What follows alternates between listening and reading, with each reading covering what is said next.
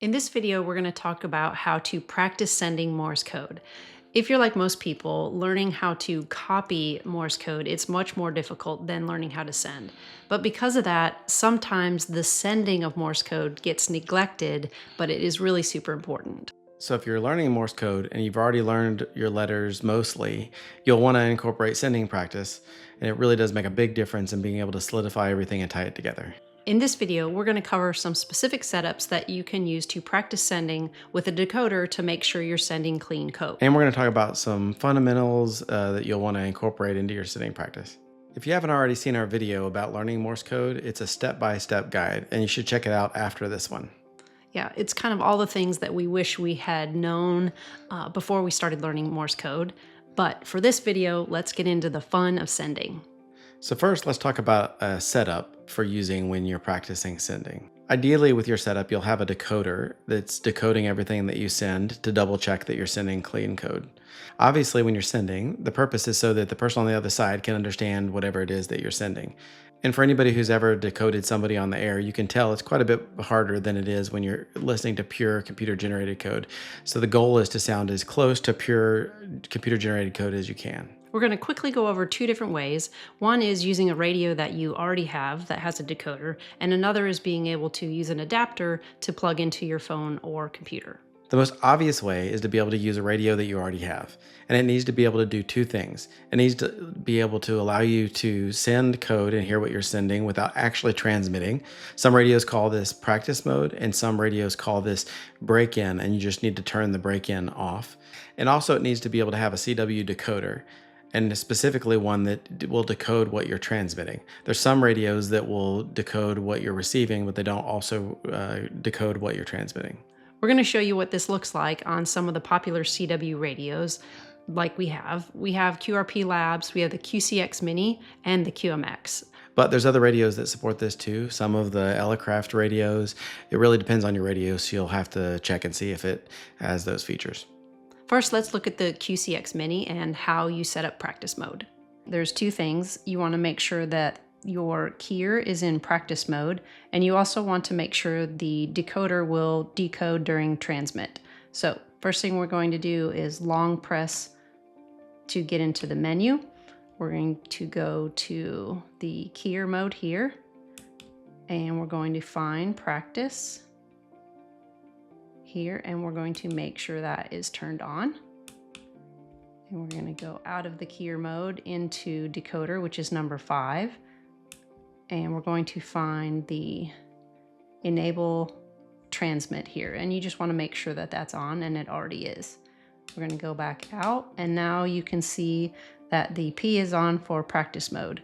We do have a dummy load on here, but as long as you see the P on there, you can practice sending because it will not transmit. And now you're ready to practice.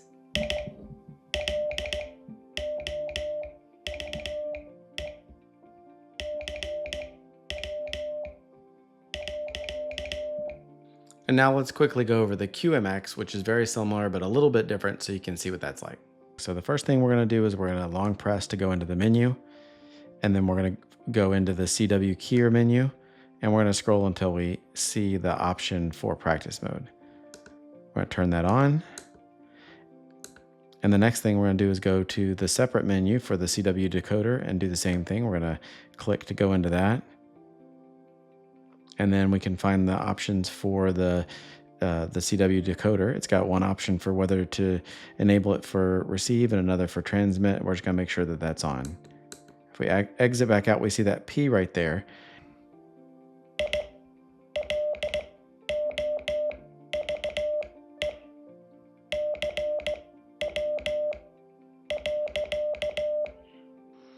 And if you want to practice using your computer or phone, all you really need is this Vband adapter. And basically it allows you to plug your key into the adapter, and then this can plug directly into your computer or your phone. You may need an extra adapter like this depending on what you're plugging it into.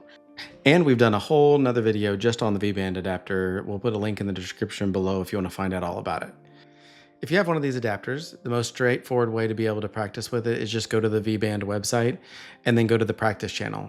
And the practice channel is just you, so you can just practice sending and see if it decodes what you send.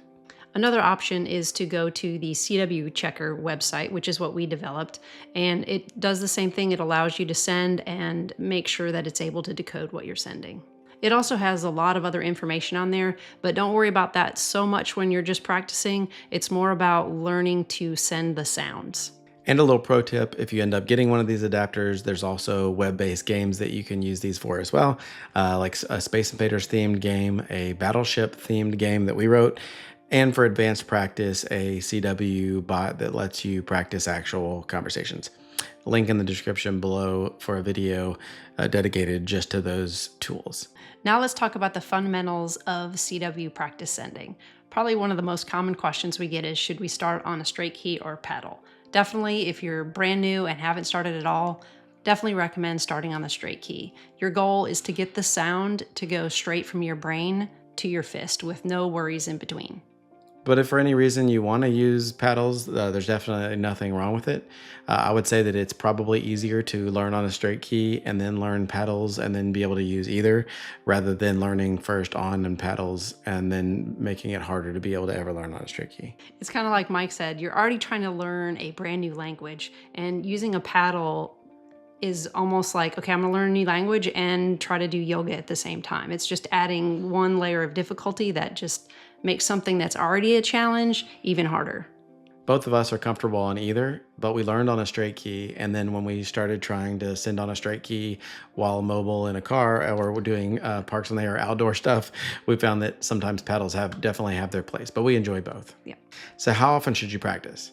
So for CW practice in general, we like to practice every day, keeping it short, something like 15, 20 total minutes of practice, making sure that it's a fun thing. Sometimes the sending practice is part of our practice, and sometimes it's just a little bit of warm up before we get on the radio. So what should you actually do and send during practice? There's a lot of different opinions and a lot of options about what to send. Definitely you want to get comfortable sending your call sign, sending your name, and sending your state.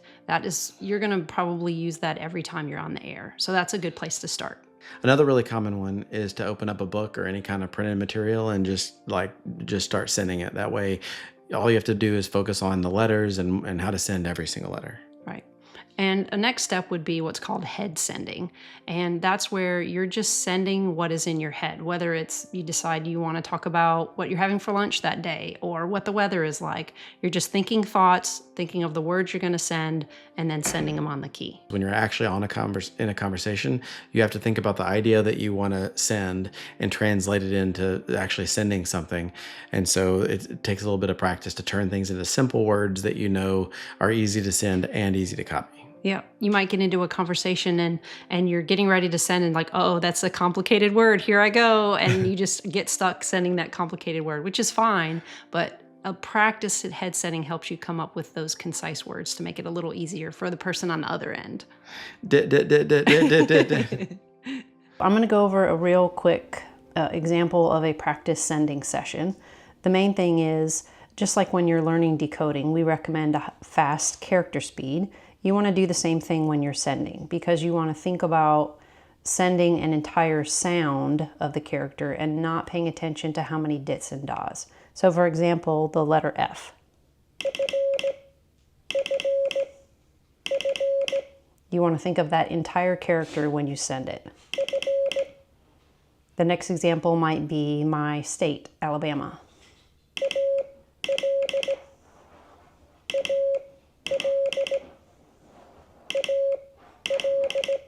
And you also pay attention to the spacing, which is just important.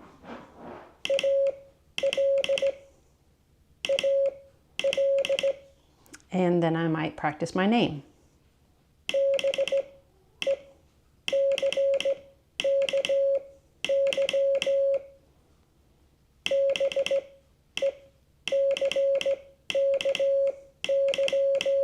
And if you see, I realized my spacing was a little bit too much in the beginning at the speed I was sending, so I decreased it a little bit.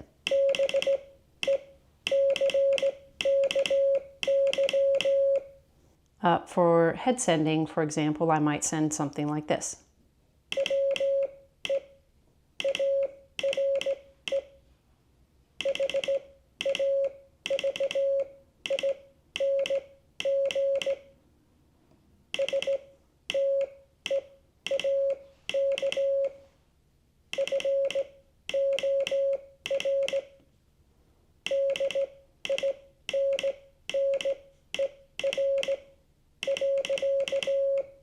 we're having steak for dinner.